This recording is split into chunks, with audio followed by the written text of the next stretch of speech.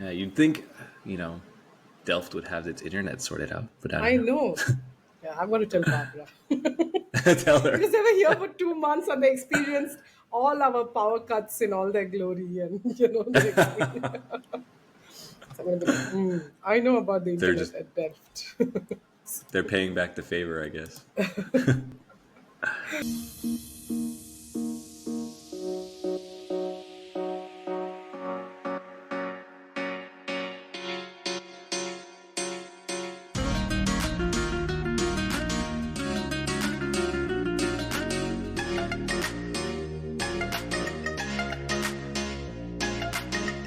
Hello, everyone, and welcome to A Day in the Life. I'm your co-host Rajiv, and I'm really excited for this one because we've been trying to make this happen for a while, but we're finally here. So first out, though, shout out to my co-host Priya. Priya, how are you?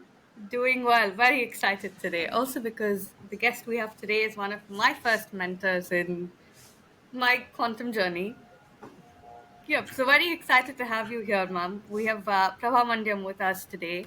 And for those of you who don't know, which I highly doubt, Prabha ma'am is an associate professor in the Department of Physics at IIT Madras.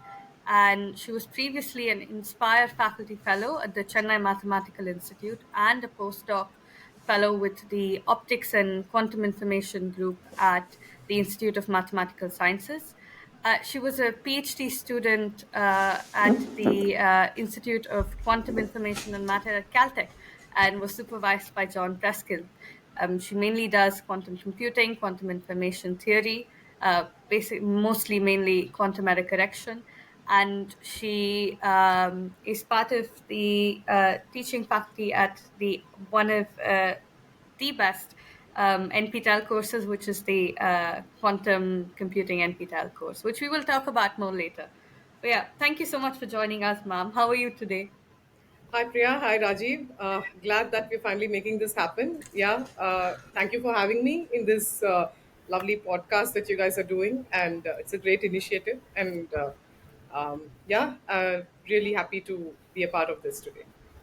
Man, we are very happy to have you. So let's get into it. So your NPTEL course is obviously really popular for a first step into quantum. For many people, many of our viewers probably already know about it. But what I wanted to ask was, how did you get into teaching? Like, was it always something you wanted to do, or when did you know you liked it? And also, currently, what's your philosophy in teaching? Yeah, so teaching was always one of those childhood fantasies, like maybe that's true for many children and so on, but it was always one of those things which, as a child, even as a teenager, is one of the, you always say, what would you like to be? And then a teacher was always one of the things that would pop up in my head. And um, so there was also a bit of background at home, in the sense my father retired as a professor of theoretical physics at the University of Madras. My mother had been a school teacher. I had visited my father's department and seen the classrooms, and give me a blackboard and a piece of chalk, and I was always happy to write away on it. I used to help him grade his answer scripts and so on. But I think it became a more serious thought sometime during my undergraduate days, when I would find, for example, a lot of my friends, we discuss things, and then I would wind up sort of teaching things to my friends and so on. And I think you kind of see the difference that it makes, or you see that moment when somebody you explain something and somebody understands what you said, and suddenly something clicks for them, and it's a kind of moment, right, that happens. Okay, maybe also going back to my school days, there was a time when I think I actually taught music to a bunch of Wow. much younger children, Oh, and that again felt like a very fulfilling moment when.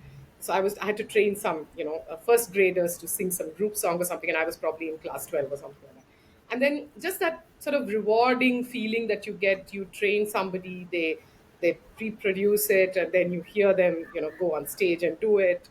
So all of that kind of clicked somewhere. And I think by the time I did my masters, I was reasonably clear that I wanted to be an academic. And one of the big draws for me of an academic career was always the teaching, part that came along with it. I think sometime during my masters, I also figured that see, there are certain things that come naturally to different people. One of the things I found was I could, I mean, I had no fear of like communicating to a classroom full of students or giving a talk or these. So there were sort of certain natural hindrances which were not there in my case. Let's say, I mean, others might be hindered by, So yeah, given that it was something that wasn't too difficult for me, and maybe the fact that doing it was an enjoyable activity for me. So I guess, yeah, I think sometime during my masters in physics is when I decided that I wanted to be pursue an academic career with teaching as part of the mix, right? What is my The other part was, what is my philosophy in teaching? So okay, this has undergone some change, right? Because, as you know, the first time I taught quantum computing, for example, after I joined IIT as faculty, I was super ambitious. I wanted to teach everything from what is a block sphere all the way down to the noisy coding theorem and Schumacher compression and some amount of decoherence and error correction. So it was like I pretty much wanted to do the whole thing, right? And then as I did the course, I get feedback, and then we do a few more iterations of this, and then you kind of realize that teaching is not okay. So there are two parts to it. One is, as a teacher, what is it that you want to convey, right? And I found that you, as a teacher, have an impact when you have a certain perspective to offer. It is not, so there are books and books, and there are courses and courses, right? So what is it that you are doing, which is creating that connect, right? So you need to have a perspective of the subject, right? So which is why I wouldn't be uh, the best person to teach many subjects, for example, right? And whatever subject it is. So I think at some point, as Inspire faculty, I had to teach a course on statistical mechanics, right? And this was something that they asked me, and I accepted.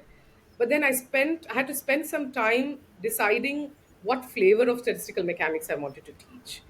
And I feel that the teacher must have absolute clarity, or to whatever extent possible, clarity on what is the storyline, what is the perspective, what is the vision of that subject that the teacher wants to present. So that is one thing. The second is, it is not about thrusting everything that you know into this single semester worth of course. You have to pick and choose topics. This is something I learned over time. And you have to pick and choose topics in a sort of adaptive, dynamic way many times. Um, and yeah, so there is, so also over time you realize that there is a common minimum that you want to reach, and then over and above that, there are always students in the class who can easily get that common minimum, but then you also want to offer something for these kids who are more motivated or who already know many things, and you want to offer them some advanced material also. So that mix, getting that mix right, I think that's the biggest challenge, according to me right now. In when I see myself planning for courses, I find that to be my biggest challenge at this point. So yeah, I don't know if that answered the question, but yeah, those are my thoughts on teaching at the moment. Yeah. Yeah, For sure. Actually, I know, Priya, you have a question. I yeah. just want to interject because it reminded me of a story. Sometimes I go on these tangents, but to your point about like having that unique perspective, I think especially today with like being able to watch courses, like you teach your course online, right? So you Yeah. have that unique perspective, and why, when I was in grad school, we had a QFT course Okay. and we were using David Tong's notes, and Ah. the specific person that was teaching didn't seem to be the most, let's say, motivated to teach that course. So I Ah. would just, instead of going to the person's lectures, just sit and watch David Tong's lectures on his Uh-huh. course. And I was like, why are we wasting this person's time and forcing them to teach this course that like David Tong just has his course online? So, Yeah, yeah, but yeah, anyway, yeah. No, absolutely. Because I think that each person brings a unique flavor to the subject. The way I teach quantum computing is very different from the way my colleagues would teach it. It's very different from the way my advisor would teach the subject. So I think that it's very important to have your own thoughts, and I think that's where this pedagogical aspect of it comes in, right? So you have to think a little bit about what is the logical sequence in your head? Like, how do you approach the subject? And I think that's where the perspective starts coming in. Yeah. And I can also see how for different students, different styles make more sense. Yeah. Not to say that, for example, and this is true life story from last year when we have a course here in Delft, which the end of it, so it's basic fundamentals of quantum information, and in the end, the last two lectures touch upon stabilizer formalism. Okay. Okay. And when we were, and I think the lectures were great, and but then when we were preparing for the exam, we actually watched your lectures on YouTube, ma'am. Oh, Not just wow. me, but I had about four of my classmates here also, because we were really struggling with stabilizer formalism, and I'm like, wait, I know exactly how we can. So we watched your Oh, lectures together, wow. and You that made my actually day. helped. Okay. Yeah, and that actually helped. So because, so like you said, I think although everybody's talking about stabilizer formalism or quantum error correction, the flavor that different people can bring can resonate a lot more easily with students. So that's, so I can, it makes more sense. So teaching is Thank you not so just much. That's a, nice to know. Yeah, yeah, yeah, yeah. yeah. Well, okay, so of course, I have my influences, right? So my advisor's lecture notes are a big source of material for me, the book by Nielsen Chuang, and so on. But then I do think that I don't just stick to this or that Yeah. narrative. I pick pieces from both and try to present it, bringing in, of course, my understanding of the subject as well, right? So, which is a combination of things. And yeah, glad that you found it useful. Yeah. Yeah. Okay, but that's teaching. The other big part of your of life, I guess, for you is also research. And in the context of research, I was wondering, what's the most exciting part of research of your job? So I think to me, research offers that sort of creative satisfaction, right? Which one I think everyone should ideally get from a profession, right? The idea that you have solved a problem. So I think I remember the first time that I was working on a problem during my grad school days. I was probably in my second year or something, which is when this question of approximate quantum error correction I was introduced to, and there was something about formulating algebraic conditions and so on. And I had to give my first group meeting talk about whatever I had done, right?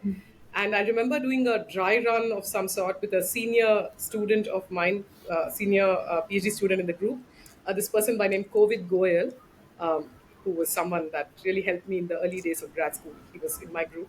And I remember doing a dry run with him. And then I remember him telling me, oh, so is this like your first new result or something? And then that really struck me. Yeah, I said, like, yeah, these are like my conditions, right? So it's very, it's sort of full, it's a very, maybe, I don't know, it's a bit of an ego trip, I guess, but then it satisfies that, sort of creative need that I think all of us have in us, that we produce something, that we write something. At least for me, I think that is a huge kick, or high, if I may put it that way. That again, it's like you have done something here, which is something that others may not have done before, and then so okay. So my own research is reasonably mathematical. So I think I also draw. So I do have that streak in me where I like solving mathematical problems, but I'm not enough of a mathematician to do this like for math's own sake. But then to do this where I have some physics motivation, which I then abstract out as a mathematical problem, and then I solve it, or I bring some make some progress towards understanding this. To me, that gives immense satisfaction, right? So I think that's, yeah, I guess that was your question. Like, what is Yeah. it that Yeah. you like about research? I think this, to me, is probably the best part of research. Yeah, Yeah. I haven't had that moment yet because I Uh haven't huh. really Uh huh. solved anything. Yeah. But I can see, I mean, I've spoken to Rajiv about this, about what am I doing next? Am I doing a PhD next? What's next? And I think, yeah, the one reason I might want to continue on research is I see hints of this. I see, or at least I'm asking better questions, and yeah, I can. So I resonate with how exciting it can be, and I'm Right. sure Right. Rajiv, you've had a bunch of these experiences yourself too. Well, yeah. When it happens, when it rarely happens, I'm pretty happy about it. Yeah. Hmm. Yeah. Yeah. Yep. But no, it's true. I mean, Yeah. I think the reason it's nice is because you go through all the pain and effort of like getting it wrong so many times, and then it Hmm. happens, and you're like, Hmm. oh, okay, Exactly. this is Yeah. nice. Yeah. Yeah. And also, I think this is something important, which I think my father might have said this at some point, and I think I realized this at some point. It's that it's a very personal satisfaction. Like, it may be that not too many people in the world are interested in that particular problem or your solution for that problem, but I think if it gives you that satisfaction of Hmm. having solved something and you having understood something, I think Hmm. that uh, is its own reward, right? Hmm. And then, of course, it's great if others are also interested and the community is interested in it. Super, that's Hmm. the kind of icing on the cake. But then there is the cake even without the icing still. Yeah. Man, for sure. And Hmm. I think actually, well, then speaking of, starting off understanding that feeling, you have a pretty unique journey from your start to now. So you kind of went to a small local college for your Hmm. bachelor's, and then you went to more well-known schools for your future studies, and then eventually you're now a faculty position. That I think, especially this idea of starting at a small local college, is not so common among people Yeah. that are like at the top of top of the field. So what was that experience like? I think it must have been quite unique, right? Well, yeah, it was. And I think while I was going through it, I was not too happy. This is the unfortunate reality in India today that we have, I think, a very unequal education system at many levels. Like just a couple of days ago, we were talking about this in the department as well. So you can think of it as a two-tier or maybe even a three-tier kind of education system where you have some what we like to say elite institutions, or like pockets of excellence maybe, and then there is a lot of interest in education in India, in higher education, right? And we have this proliferation of colleges and whatnot, right? But maintaining a certain level of quality control across them, I think, is a huge challenge, right? And I feel like at some point in the last 50, 60 years since independence, we somehow bifurcated into having this idea that there are teaching colleges and then there are research institutions. Hmm. And I think that was a very, very bad divergence. That was a very bad fork in the road to take.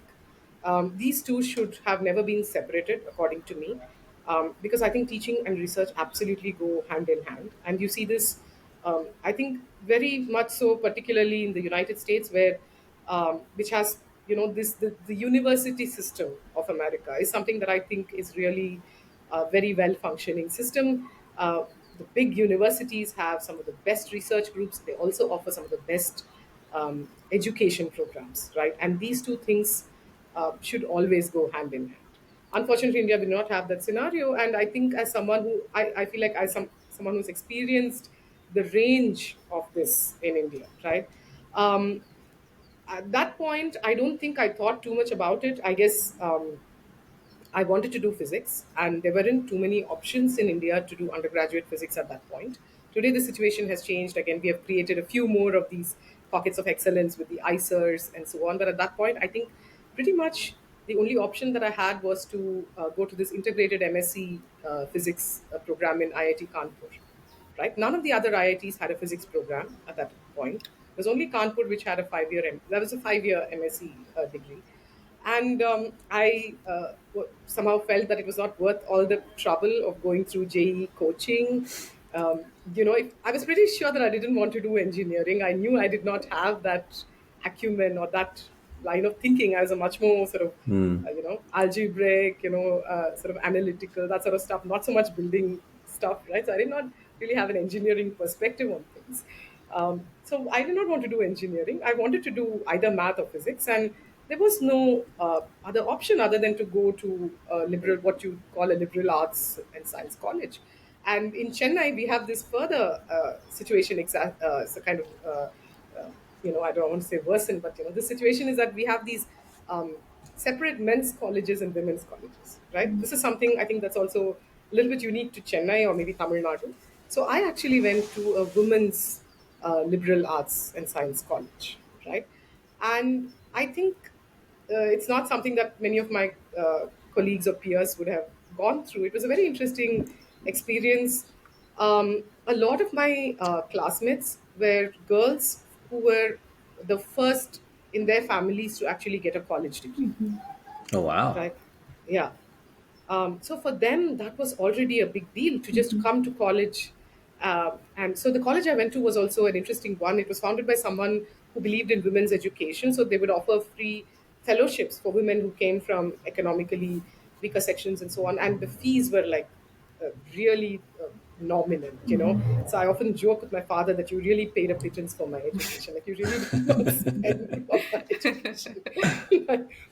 So it was very, very nominal. And when I joined the college, and of course I had these all these marks from my class 12, everyone, including the teachers and the students, were convinced that I was going to leave. Right? I remember this being a constant in the first few weeks, being like, "Are you really going to stick around? Are you really going to stick around here for a BSc in physics in Etharaj College?" And I'm like, "Yes, that is what I have decided to do." So it was kind of interesting because it seemed like even they thought that I should not be here. Oh man. um, Maybe I stuck out. I don't know. So no, there was this thing that everyone who was good was going to go off to do engineering, right? No one was going to stick around for physics. And among the 35 of us who graduated in my class, maybe five or four went on to do a master's in physics. And everyone else just, those were, we did not yet have the whole AI, IT, it was sort of very early days of the IT boom in India. But a lot of them would go off to these what was this computer training course that used to happen? It was called, I think, N something, I forget. So everyone would do that in the side, and then they would go for an IT job like CTS, TCS, and so on. And for them, this was, I mean, they might as well have been doing chemistry or mathematics. It was not that physics, it was not this physics calling to them that they were doing physics. For most of them, it was something they picked. Okay, they found science interesting, and in science they thought, okay, physics seemed better than mathematics for some reason, so let's do physics. Or it was just, and the lecturers were also not people who were doing research in the subject or anything like that. So it was a very different sort of atmosphere. I think for some time I struggled with it because I felt like, what am I doing here? There were times when this sort of was a. But one of the things that I did was to then join something called a Young Science. So I got selected for this Young Science Fellowship program, which is to be held at the Indian Institute of Science. Again, IISc did not have an undergraduate science program at that point, right? So, Oh but they wow. did do these Young Science Fellowship programs for students who had opted for pure sciences, which was such a minority in India at that point, right? People doing pure sciences in 2000 in India was like uh, really a very small number. So, but then this program was very nice because there I met a peer group and I made friends, some of whom I still know even today, which was a group of people who had decided to do pure science. Some of whom were in similar sort of boat as me, doing sort of going to liberal arts and science colleges. Like I met someone from St. Stephen's in Bangalore. I met someone from St. Xavier's in Calcutta, from some similar college in Bombay. Um, there were also some students from IIT Kanpur physics. So it was sort of this mix of students that you met who were all interested in the sciences. This was physics, chemistry, math, biology, everything. We were there, it was a residential program, so we were there for a month and something. We were taken around the labs. We were the faculty in IISc would give us lectures on different topics. So every day we would have two lectures in the morning and then a lab visit in the afternoon. And at the end of it, we were asked to come and present something for 10 minutes. It was a fantastic program, which I think that, in a sense, really motivated me and kept my interest alive, I would say.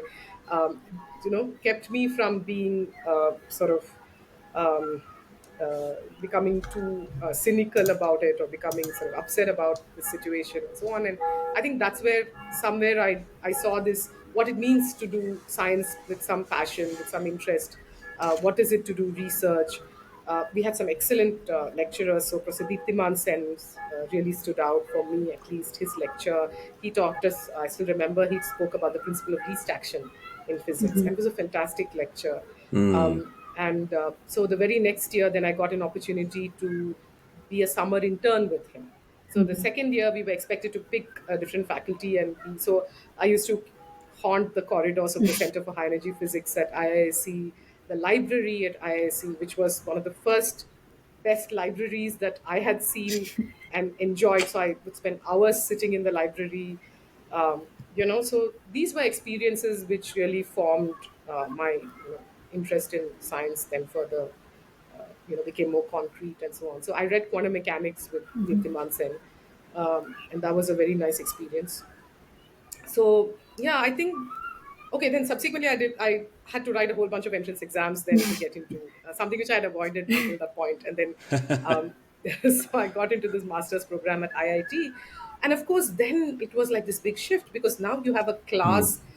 First of all, yeah, of course, you have all the guys, right? So now suddenly it's this the gender balance is like completely flipped, right? I'm in a class of about 40, there were about 7, 8 of us girls, and then this rest of them are guys. And suddenly you see all this uber competitiveness coming in, and what is how much did you get in quiz one, and how much did you get in uh, because frankly in my undergraduate college people couldn't care less, right?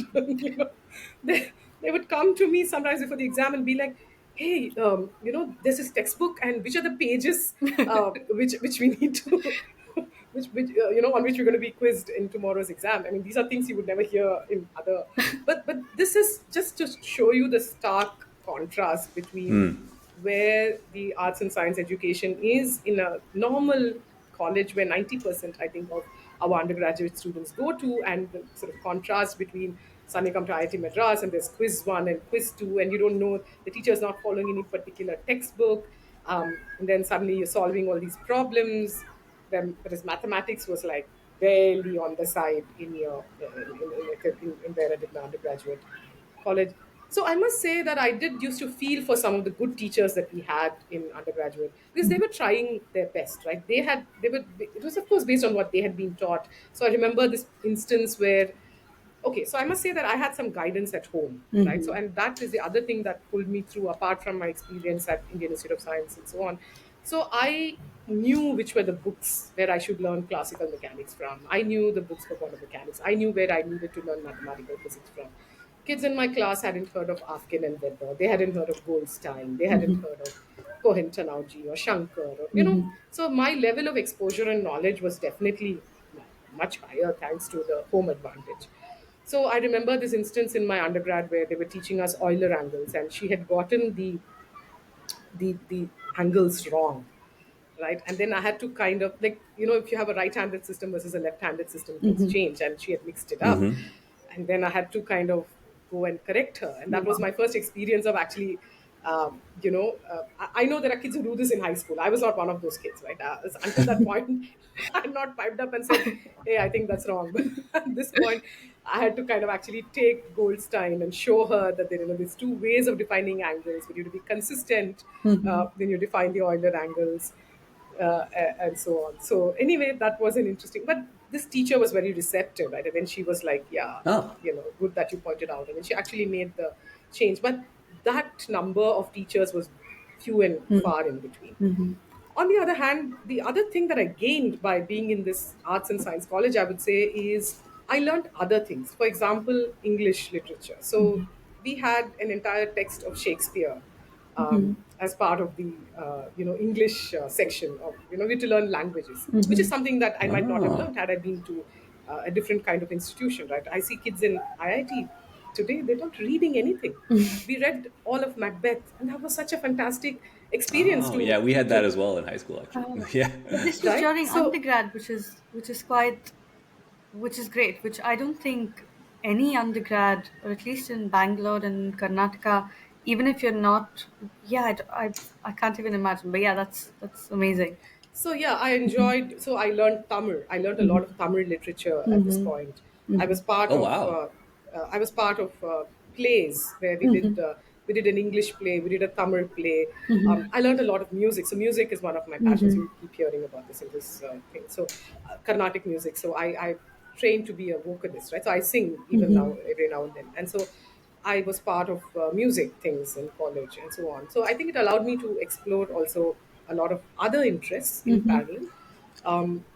And the physics, I think, got supplemented at home, thankfully, because I had that advantage. But I do feel that the kids who otherwise go to these programs are not in, I think they get a very raw deal. Because even the interested ones, you're kind of left groping in the dark. Like, you do not know what the correct material is, what the good source material is, and uh, yeah.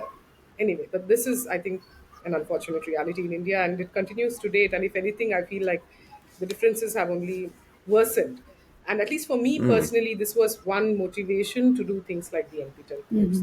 This was, and when I saw how successful it was, in the sense of the number of people who were enrolling for it, the kind of comments I got, and the fact that there were a lot of college teachers taking this. So to me, that was a huge positive, right? So because I feel like these are the ones who are going to go and educate a whole lot of other students, and so if one is training them, or if one is helping them appreciate the subject better, then I think that's fantastic. So I think that was one motivation for me to do things like this, uh, where you reach a much larger section of the population, as opposed to just kids who make it to these very, competitive Yeah. programs.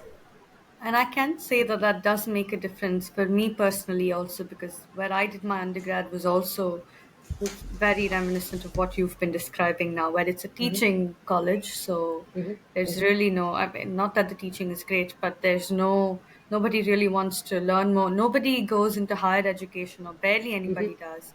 Everybody stops and gets a job after. The professors are also, it's not really, they're not really passionate about it. But then Right. courses like the one you offer, the NPTEL one, they really help you. I don't know, you're not groping in the dark anymore. And what I've also Correct. seen Yeah. since coming here to Delft, so I will say that my being able to be there in IIT Madras with you for 6 months, and so that's what made me more, I don't know, that's how I reached out to Delft and then decided to Right. continue study.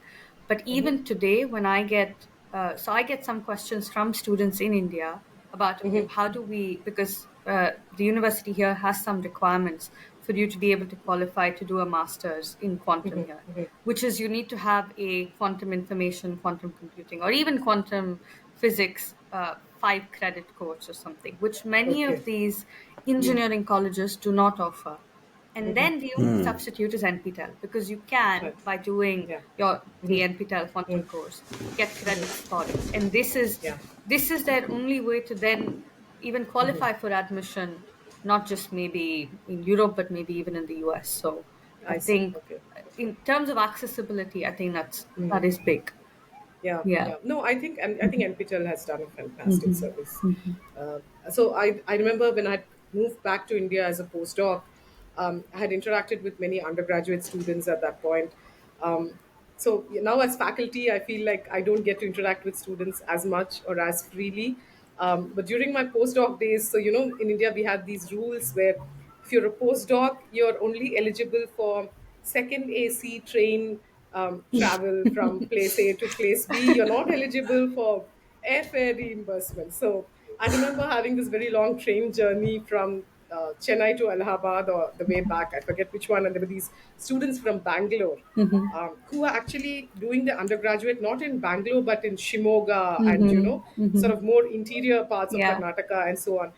And I remember them telling me that they learned all their physics by watching Professor Balakrishnan's courses on NPTEL, right? And so that's when I first got to know about, because when I was an undergraduate here, there was no NPTEL, right? I No. think NPTEL started around 2005, 6 or something like that. And so then that's when I got to know about this. And then subsequently, I remember when we had a very good PhD student in the department who came from Kashmir, and who was actually from this place called Shopian, which you might Ooh. have heard in the news for all the wrong Yeah, reasons. yeah.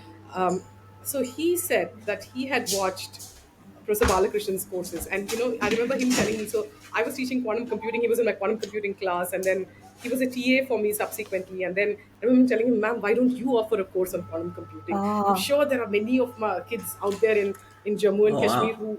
who would love to watch this course, and so on. So, these were things that, yeah, I mean, it's really nice that we have, yeah, that way technology has, I think, to some extent at least, made things a bit more accessible. And I wouldn't say it has level the playing field, but at least there is content that is accessible, for Yeah. someone who really wants to learn something. Very cool. Yeah, sorry I had to get up. Speaking of technology, my smart or dumb house, I don't know, decides sometimes just close the blinds. So, and I don't want to get on that rant because it's a long discussion with the neighbors all the time. It's a common topic of conversation. Anyway, but sorry, so sorry for, you might have seen me get up and come back. That's why. No worries, no worries. Yeah, yeah. Please, Yeah. Priya, go ahead. Yeah, no. So we've spoken about your undergrad and your master's in India, but I'm curious how things changed then because you went on to Caltech and you were supervised by John Preskill. How are things then? Do you have any fun stories to share? Well, yeah, that was a whole different experience, and of course, an extremely formative kind of experience. So, I first got to know about John Preskill through the lecture notes that he had uploaded on his website. I got introduced to quantum information as such and quantum computing through two people. There was, of course, my father, who was himself a quantum physicist. So he had actually bought the book Nielsen and Chuang already at home. Right. So my father is Oh, a wow. voracious collector of books. Okay, till today. I mean, yeah. So the latest, I don't know, Vikram Sampath book on Tipu Sultan, you'll find this big book out there. William Dalrymple, you will find it there. So it's like anything that's new, that's interesting, that's, part of his academy will be there at home. So even now, I know that if I want to read a new book, I just have to go to him and it'll be And I there. just want to say, my grandfather collects the books that your father writes Oh God. because he has a bunch of stuff on ancient Indian Right. stuff. So yeah, but Uh-huh. anyway, that's a yeah. Right, right. So, and then he had told me about these lecture notes, and then there was Professor Arul Lakshmi Narayan at IIT Madras, and I think Rajiv and I share a common sort of thread there, right? In the sense, Rajiv, you Yeah, also did your a summer internship with him at some point. So right, Arul, exactly. yeah, Arul had just joined IIT, I think, when I started my MSc, and he taught us, I think, part of the math physics course, which I found extremely cool, the way he taught and taught us complex analysis. And then the very next semester, he was teaching dynamical systems, and I decided that I must audit this course. So I was already doing 5 or 6 courses, and this was an additional course which I decided to audit, simply because I thought he was a fantastic teacher and I should learn the subject from him. But by then, I had already decided that I liked the idea of quantum information. I think during our quantum mechanics class, we were asked to do like a short presentation, and I did one on Bell's inequality, CHSH Bell's inequality, Bell's test. And that, again, I found extremely interesting the way the problem had been formulated. And I think there was one of the early experimental tests that we had to speak about. So that was, again, a very nice so all this kind of motivated me to look deeper into that. And I spoke to Arul. I asked him for an MSc project, and he suggested that I should read William Wooter's paper on concurrence and tangle. And I think that's where I started. So then, yeah, during sometime during my MSc project, I decided that I really liked this subject. I ended up doing my master's thesis on quantum random walks, um, and then that's when I was applying to graduate school, I decided to apply to Caltech because I knew there was a group working on quantum information there. Back then, there were very few groups, dedicated groups for quantum information and computing. Preskill's group at Caltech was one of them. There was a group at MIT, and I think that was pretty much it. I mean, there were like quantum optics groups in Rochester, and the other groups that I applied to were all like high energy physics groups actually. Because the other thing which I did was I did a summer internship at TIFR where I worked on neutrino oscillations. I found that also interesting, but I really liked the idea of quantum random walks and entanglement and tangle and all these concepts I was learning during for my master's thesis. So yeah, I think I had. I mean, Caltech was a long shot. At least that's what I thought. Um, Funnily enough, I decided not to apply to MIT because you know how we decide apps.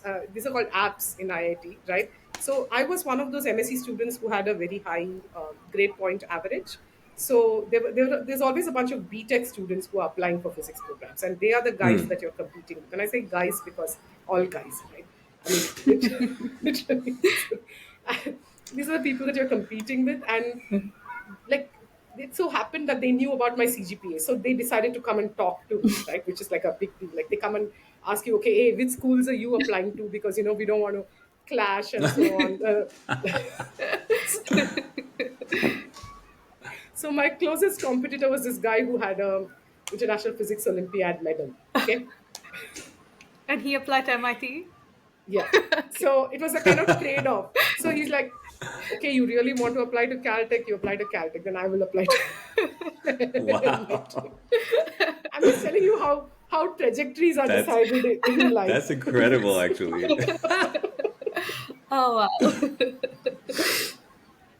That's interesting. So yeah, yeah, and then of course I got the offer letter, and it was fantastic. I mean, I thought it was amazing that I made it.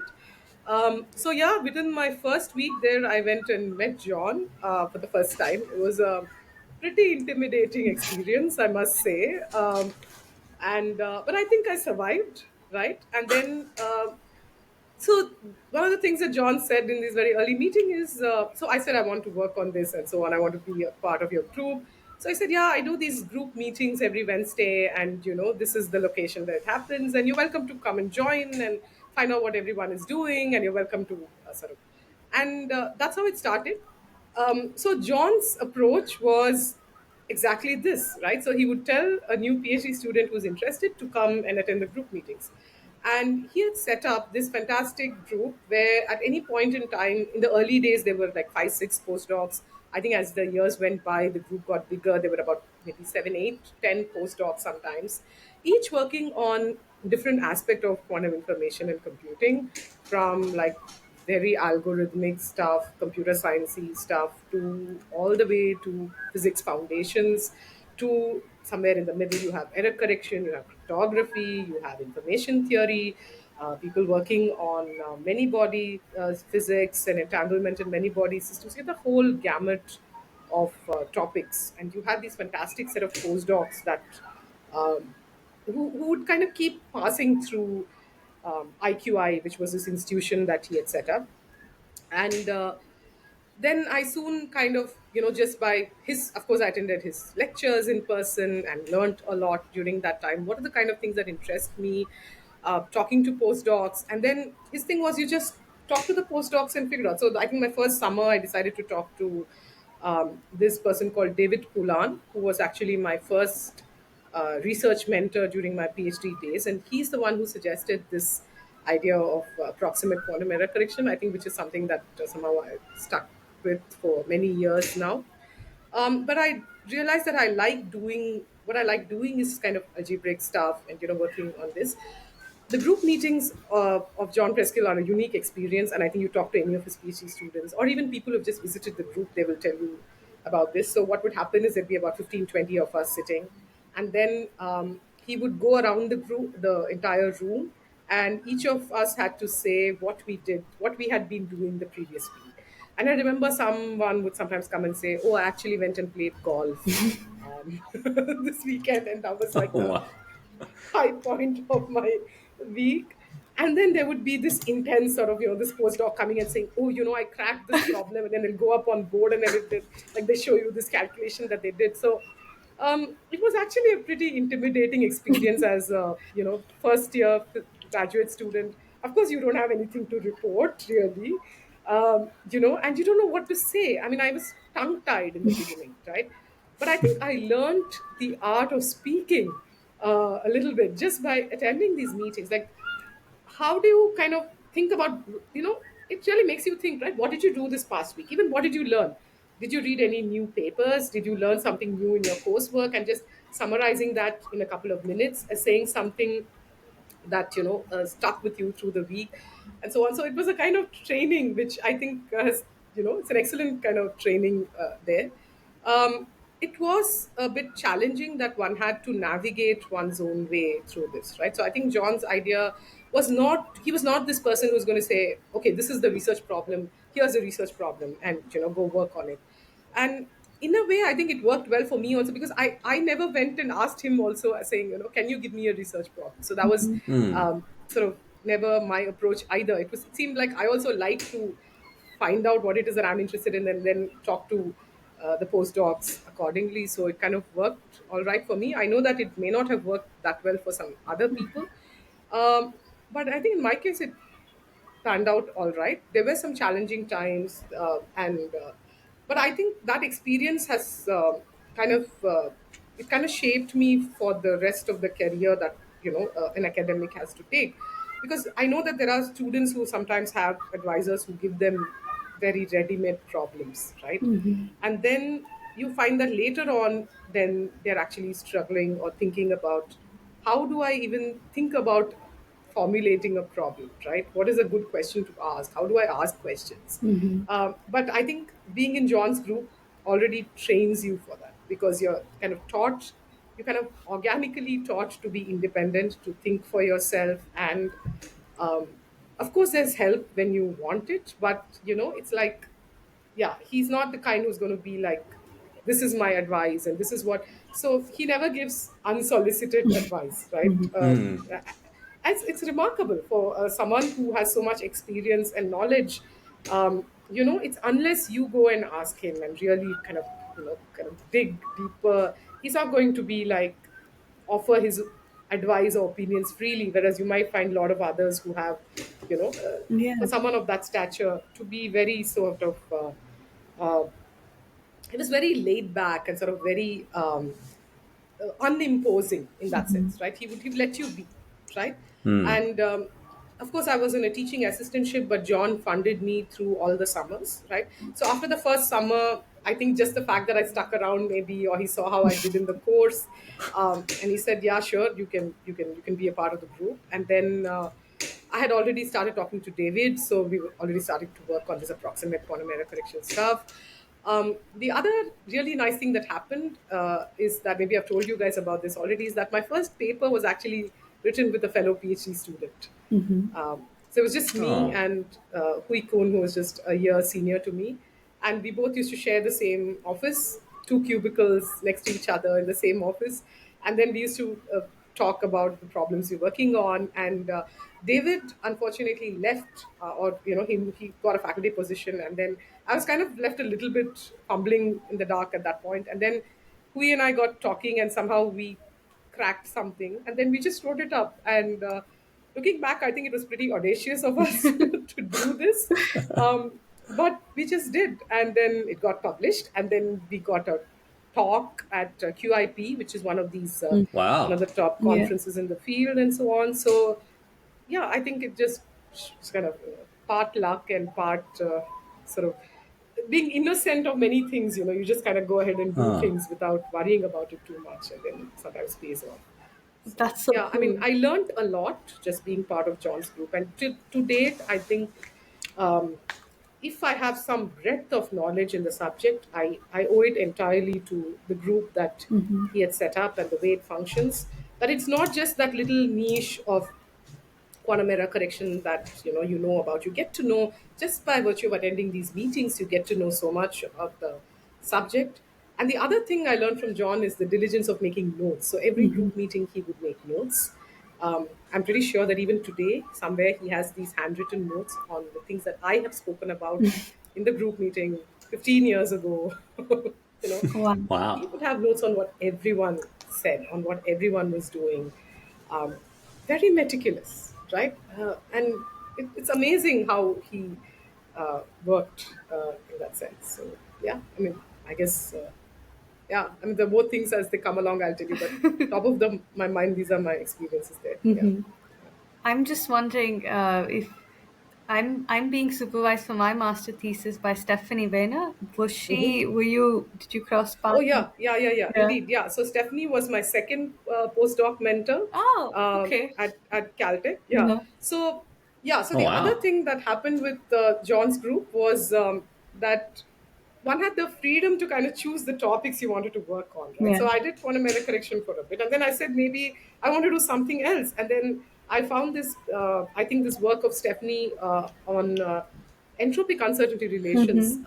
I forget how I got started talking to her, but I think something to do with mutually unbiased basis and entropic uncertainty relations. And then I approached her, and then she had this problem that, yes, she had written a review article with Andreas Winter on entropic uncertainty relations.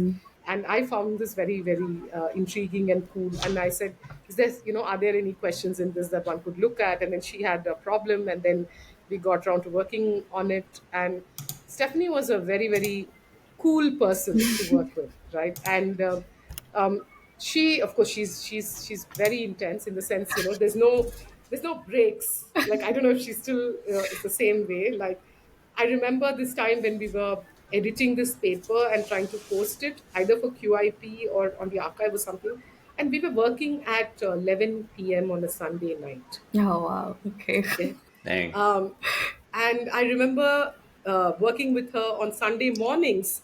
So there was this fantastic cafe just down the street from Caltech called Pete's. And I think that was a model which I loved. Like, you just go sit in Pete's on Sunday morning, sip your coffee, and they had this bagel shop right next door which made the fantastic bagels. It was from as a get a bagel, and then you both she had her laptop there, and we'd be sitting and working out some calculations. So those are very, very fantastic memories from my days in Pasadena. So I ended up writing two papers with Stephanie during my PhD days, and yeah, I think she was a great mentor, and I guess also, um, yeah, there's a kind of this being a woman in STEM, right? There's so few of us. They're just meeting someone who's as smart and as passionate about the subject and as intense as Stephanie was a very, very, very nice experience. Yeah. So yeah, I think yeah, I'm just sort of in touch in the sense, like, uh, exchange emails with her. I'm still trying to get her to visit India sometime, so hopefully she will. But yeah, no, Stephanie was, yeah, it was lovely working with her. Yeah. Yeah, yeah. Um, Because your description of the group meetings is sort of like the group meetings we have now, which is everybody has to give an update. Oh. Sometimes it's I'm going on holiday, sometimes it's this. And it is quite, when I started off, I was also very intimidated. What am I meant to say? Yeah. Yeah. Right, right. No, I think that's a fantastic model. Yeah, yeah, absolutely. Yeah, Yeah. yeah, yeah, yeah. And I think, yeah, I think Stephanie also continues to. I mean, I think she visits Caltech reasonably often, and I think she got John to give a course of some sort with Delft or something like that. I think at some point. Before, And yeah, unfortunately, before yeah, I came. Yeah. yeah, yeah, Yeah. yeah, yeah, yeah. Yep. No, she's a very, very dynamic person, and I think, yeah, I think these. I mean, just this, to kind of take a kind of deviation on this whole women and STEM kind of topic. This, Please. I think, so few of us, and I think it's when you have someone who's doing so fantastically well, who's become like a group leader and who's kind of leading this big effort and so on, then it's like a great role model for all of us to have. Yeah. And that way, I think she's done so fantastically Yeah. well. Right? Yeah. Yeah. Man, I feel like I have so many more like questions right now. You brought up like women in STEM, and we have so many more things to talk about. But I think we'll have to bring you back for another episode. I think, Yes. because this is like, Let's I'm having so talk much about fun. it. Yeah. But I think we will move on to the game of slice it up or spice it up. So Okay. this is a game where basically we will ask you to choose between like this or that. It's a game that's inspired by I mentioned this a podcast called hip hop podcast called Drink Champs. So basically, we'll say you choose between two things, and you could choose based on objective betterness, your preference, what you feel like. There's no real criteria, and you could either choose instead of choosing one or the other, you could either choose both or none as well. But if you do, then all of us have to take a bite of whatever spicy thing we have today. So on that regard, I will share my spicy thing. It's a habanero hot sauce that I got from the US. And I don't have any chips with me, so I'll be taking it with a spoon, Oh, which I God. don't know if it's the smartest Oh, decision, wow. but just little spoons, but still. All right. So I also got What this you got? habanero spicy salsa dip. Oh, we're going habanero today. Yeah, we're all on habanero. So yeah. And, And yeah, Priya, but what do you have today? I'm Oh, I do have curious. some nachos to Yeah. go. So Prabha, Oh, I'm doing it nice. by the spoon. Okay. I made these. I put. Oh. So I might have not made them as spicy. No. I did. I just shook the chili powder packet on it. But yeah, I didn't have anything. It was last minute. So I just put pasta in the oven, and so now I have pasta chips. Wow, They are that's a new spicy. one. Spicy pasta chips. Okay. Yeah. Should share the recipe sometime. Let's see how it looks like after this segment. Okay, so let's get into it. So first one, Shore or Grover? Oh. Uh, sure. Um, it's Would just exponential advantage. Yeah. I mean, like nothing beats that. I mean, that's yeah, an yeah, objective. That's an objective answer. That is fair. That is yeah, fair. yeah, Okay. yeah. Bell test experiments or double slit experiment? Bell test Yeah. experiment. I think from my undergraduate days, I've had a blind preference for this.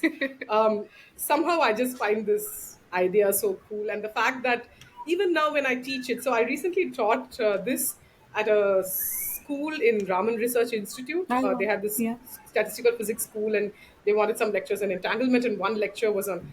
And I found at the end of the lecture, it was not just the students. There were professors like Jay Kumar Radhakrishnan was there, and Sanjeev Senapati was there, and Abhishek Dhar. And we were all, standing and discussing the implications of this, and how does one, really rationalize this, and how does one. I mean, it's just fantastic. The sort of that you can still. It's something that still inspires so much debate, discussion, philosophical, mathematical, of Yeah. all kinds. So I well test. Nice. Yeah. Um, the next one is the Heisenberg uncertainty principle or the no clone theorem? Oh.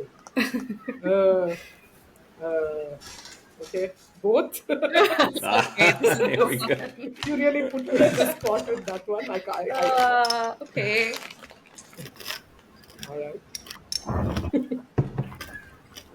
Oh no. There's a spice. You don't want the recipe for this.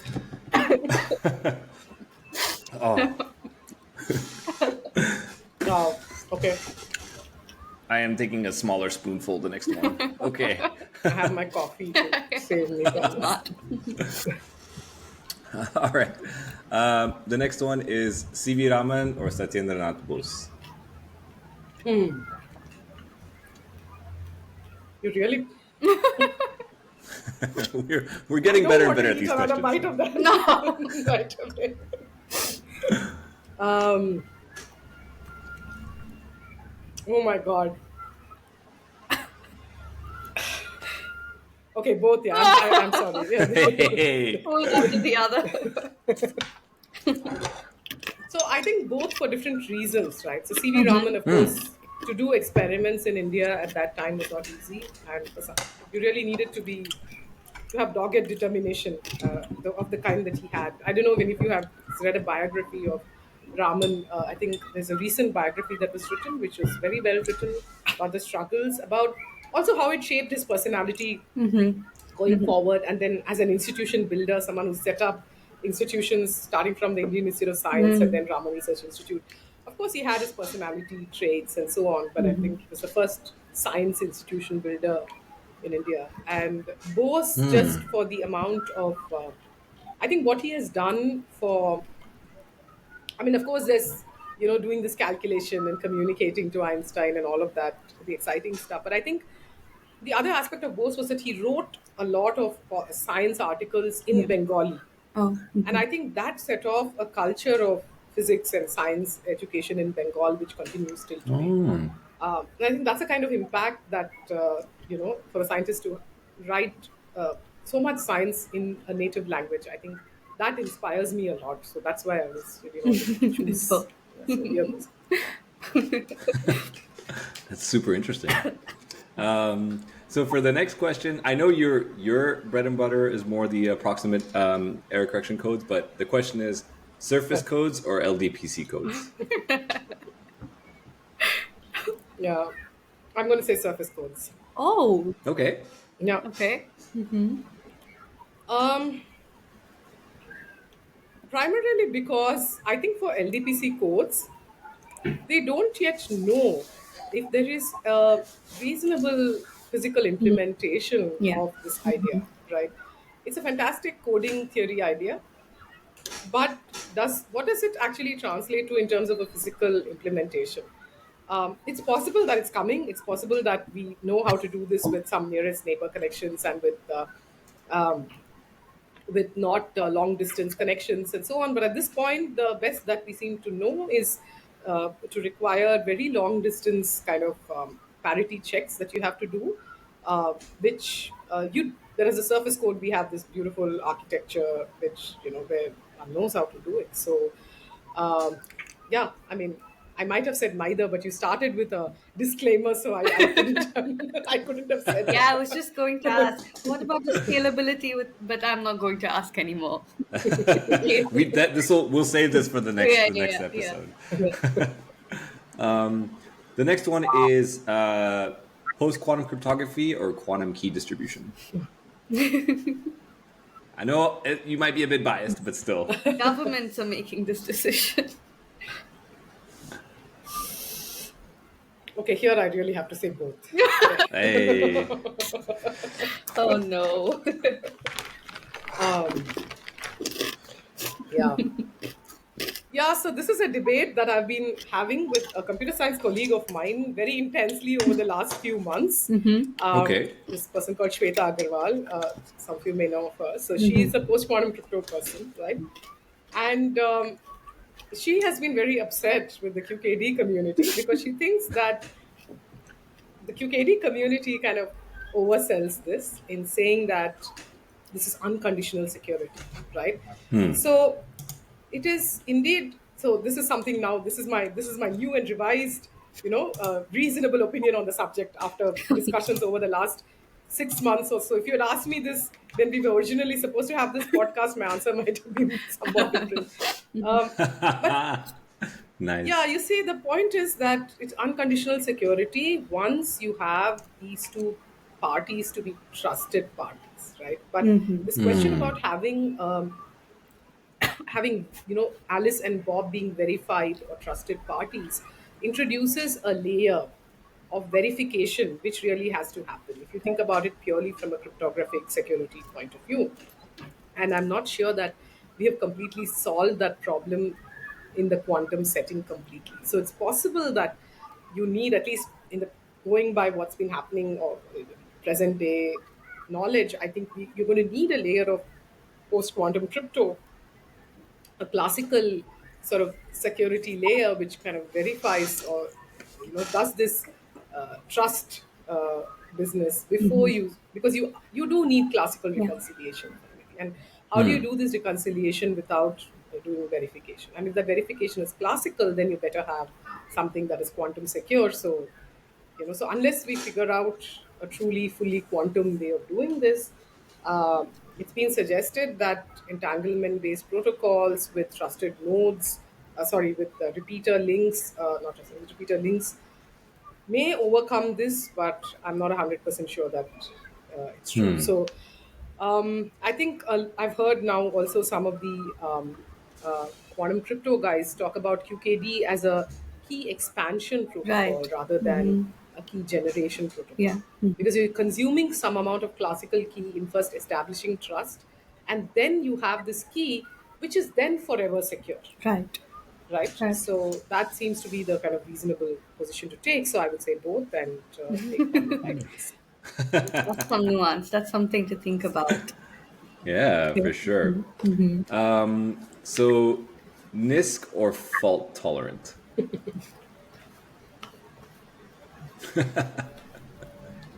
Fault tolerant. That's fair. Yeah. Yeah. I'm not taking one more bite of this for sure. And Hey, Well, there is only one more question left, which I don't know. Maybe you might take the bite, but it's oh Priya's yeah, question to yeah. ask. take So the I'm going to bite. ask you. Oh, let's see. Okay. This is my favorite. This I have to ask everybody because everyone wants to know what qubit do you think is going to win the race? No nuanced answers. It just has to be one. I know we've had people say, "Oh, it's going to be a mix." Just one. Or we'll have to take the bite. Um, Superconducting qubits. Oh, okay. Yeah. Okay. Okay. I will be very conventional and say superconducting qubits. Sorry, that was a very disappointing answer. No, no, no. No, actually, not for me anyway. I mean, it's a very interesting answer, I Yeah, think. yeah, yeah, So, yeah, yeah, yeah. My brother is working with superconducting qubits, so often I will try to have some fun and say, "Hey, they're not going to. It's not going to scale. You're in the wrong thing, but now I will have Yeah, to tell just him you said don't show. superconducting. Yeah, don't show him this podcast. Yeah. Yeah. Yeah. No, I do think that.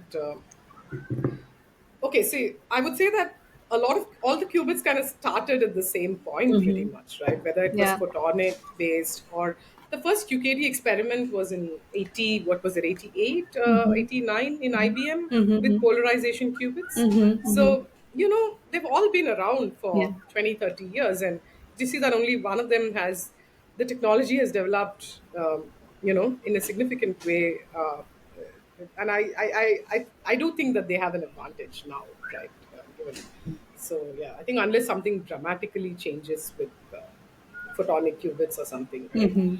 Yeah, Okay, we have an. and Thank that's God my we take. don't have to Yeah. do another bite. Yeah. Yeah. Yeah, and I think with that, um, we have to do a part two. I think we have to schedule a part two. We have so many more questions.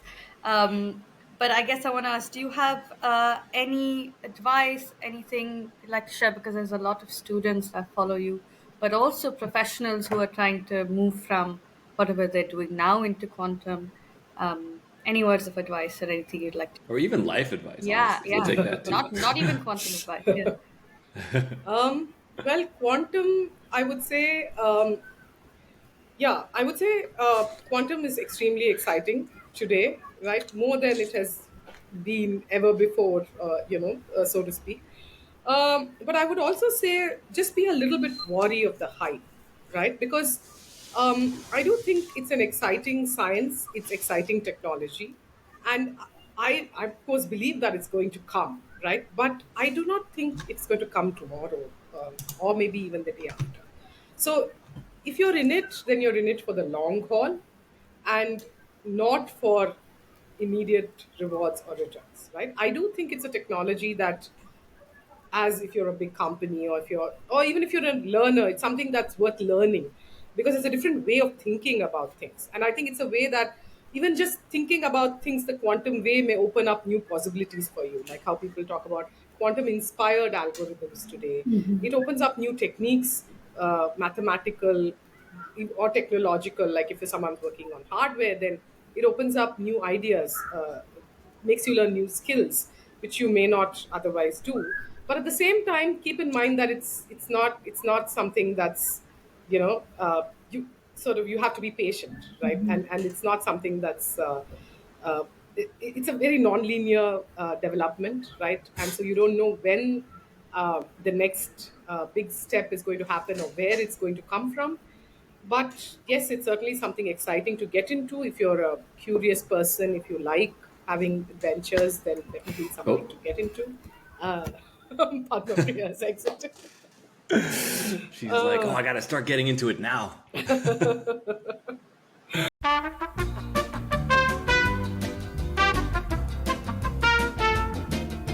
Sort of, we're still figuring out the funding mechanisms for it, unfortunately.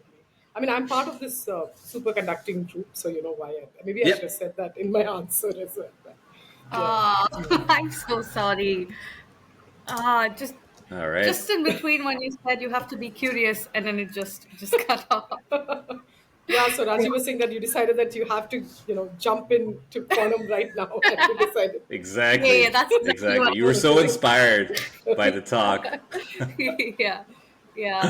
How do we want? How do you guys want to do it? Yeah, should I just ask about advice again? And is that okay? No, I can just continue from there. I Yeah. mean, Sure. Okay. Yeah, that just, also works. yeah, Yeah. yeah. For students, yeah, maybe I just continue and say that for students from India in particular, right?